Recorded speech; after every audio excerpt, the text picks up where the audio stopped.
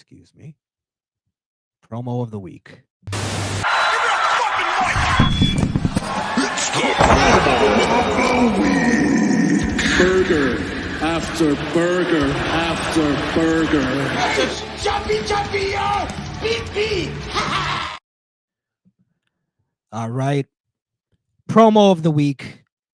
Now, I'll be fair. This isn't promo of the week necessarily because of the promo side of this. It's because of what happened during the promo. So I admit this is a little unconventional for the promo of the week formula. However, I'm going with it because it was great. I gotta say it was great. So anyway, it starts out. CM Punk calls out he calls out Drew McIntyre. But instead he gets Seth freaking Rollins. And we get a cold, calculated, stoic Seth Rollins. Comes out again, just like the Damian thing. I love these little details. He's supposed to be angry. Don't come out waving your fucking hands and playing up to the crowd. You're angry. You come out cold and angry. Fuck the crowd right now. Because this takes precedence. So Seth comes out, doesn't even play up to his theme, and it was really good, the little detail. But I noticed something, because I realized WWE definitely wants us to they want to silence critics like me, for instance, who have been railing on CM Punk's fragility. I've been calling him Frail Brooks. Ceramic Made Punk is another one. Basically the fact that CM Punk is injury prone. And you could tell by this promo that WWE wants to silence the critic, and they wanted that match to be the silencing of those critics. They really drove home the point of you still got it, Punk. Even Drew McIntyre comes out later and tells him, you still got it, Punk. They really wanted the you still got it chance. They wanted all of it. And it was definitely to drive home the point that Punk, he's not injury prone, guys. Now I'm not buying it. I'll see after 2 or 3 matches. 3 matches in, then I'll be silenced. If he's perfectly fine, no tears, no coming out with the tape around his elbow and shit. Then I'll be like, all right, Punk is good. He just went through a string of injuries. He's good now for however long. I won't even argue that he's frail anymore. But I'm not buying it just yet. And I'm not counting on it, guys. Don't get me wrong. I'm just trying to be a realist here. He's older. I think sometimes Punk thinks he can do a lot. I mean, look at his UFC career. Punk sometimes thinks he can do more than he can. And I think they definitely, WWE wants to make sure that people know that he can still go, because they want to be able to sell Punk and make, obviously make the money off of CM Punk there. But more or less they continue the Drew Punk feud here, which we could kind of tell because Drew took the bracelet back at the end of the match, put it on his arm, so he still has CM Punk's bracelet. An entire feud based on a fucking bracelet. What are we gonna do? Again, I mean, it's not based on the bracelet, let's be honest. The bracelet is the symbol of it, because I guess he can't, you can't have AJ Lee and fucking Larry being held hostage by Drew McIntyre, which would be great if they could. But yeah, they're continuing the Drew versus Punk feud. Now I've kind of had enough of it.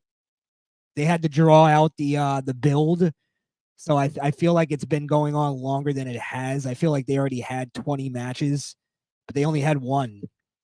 But I don't need to see Drew McIntyre versus Punk again.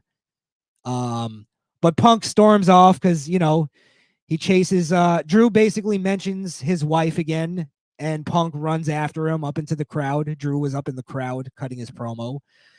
And runs after Drew, leaving Seth Rollins in the ring by himself.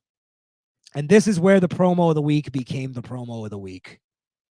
Because out of nowhere, completely left field, Bronson Reed jumps in and ambushes Seth Rollins and takes out Seth Rollins in a way that I haven't seen probably ever, to be honest. Gives him 6 splashes off the top rope. And it was an amazing visual where he's jumping off the top rope. Everybody's in the ring trying to help Seth Rollins, all the officials, all the referees, and they all look up, and there's Bronson Reed getting ready to jump, and he jumps, and all the people just jump out of the way and fucking splash onto Seth Rollins. Every single time they did it, it was an amazing visual. I fucking loved it. Very old school wrestling shit. Big man destroying one of the stars, to the point where Seth Rollins was coughing up blood. The old internal bleeding injury angle made famous by Ken Shamrock during the Attitude Era. But yeah, Seth Rollins coughing up blood by the end of this. The fans ate this up. I ate this up. Bronson Reed instantly on the map. One of those moves that one of those booking decisions that instantly puts Bronson Reed right at the top, or in the the top echelon of stars. Takes out one of the biggest stars in the business, like in a destructive, dominant way. And it was cool because he cut a promo before where he's like, I've had enough of this. Like, you guys don't know what the fuck I'm capable of, basically, is what his promo was. And he's like, I'm going to show you what I'm capable of. And it was beautiful. Big, giant beast of a man doing what he should be doing. And I think it officially puts Bronson Reed right in the main event. And I think it's a good move. He's one of those guys that should be launched right to the main event. Don't keep him sizzling too long, because then you run the risk of having him look weak a little too much. So for him to come in and do this, it was completely left field. It was impactful. It was game changing. The fact that he just puts himself right in the top. He's basically a new monster. They created a new monster. It makes you feel like Bronson Reed could have done this at any moment, and he could do this at any moment to pretty much anybody he wants to. So that's a great way to push this guy. He could fuck up anybody he wants to at any moment. He's the reason why everybody's safe, because he decides not to be this beast. But now that you pushed him, he's gonna be this beast. So I'm behind it. I'm all for it. Now I hope they push him right. I hope they push him as that monster. I hope they just let him go on like a tear, taking down, a couple guys that he should be. Like he should beat, for instance, a Sheamus. Now, if I remember correctly, he may have lost to Sheamus already. If they've had a match, I'm not 100% sure. Again, my memory gets a little foggy with some of these this newer school shit. But yeah, I think Bronson Reed should pick up some really big wins.